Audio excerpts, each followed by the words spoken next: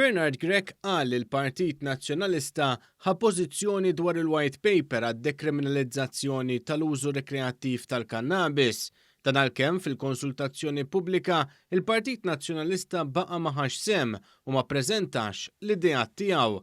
Fil-waqt li qal il-Partit Nazzjonalista għandu pożizzjoni ċara, Bernard Grech qal li għalkemm ma ħax sem fil-konsultazzjoni pubblika, il-Partit Nazzjonalista għamel konsultazzjoni oħra u dwar is-suġġett u li din għadha għaddejja.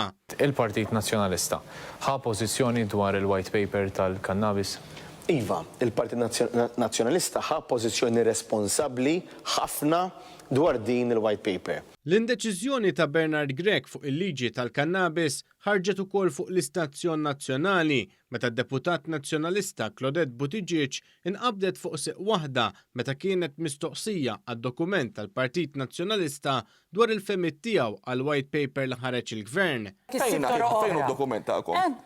Mhux kwistjoni issa il-dokumenti tinkwetax, noħorġu dokumenti. Fl-istess intervista, Bernard Grech li kien diġà qal li żgħażagħ qed ikunu aljenati bil-kannabis, issa qal li żgħażagħ jagħmlu l-ħmerijiet u kompla jgħid kif iż-żgħażagħ kollha jagħmlu l-ħmerijiet bħal jipparkjaw ħażin u jgħidu fil-pubbliku. Jiena kont żagħżugħ u bħal kull żagħżugħ ieħor f'ħajti għamilt ħafna ħmerijiet.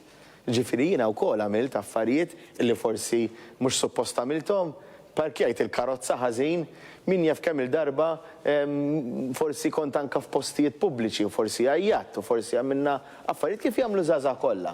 Meta mistoqsi dwar is-suċċessi ekonomiċi li jagħmel pajjiżna fl-aħħar snin wara li Gvern Laburista wired pajjiż li kien fi proċedura ta' deficit eċċessiv, Bernard Grech qal li l-Partit Laburista sab is-suċċess lest ta' Gvern Nazzjonalista.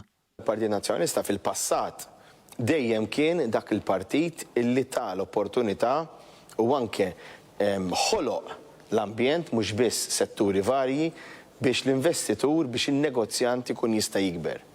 Partit Laburista kompla fuq dak is-suċċess.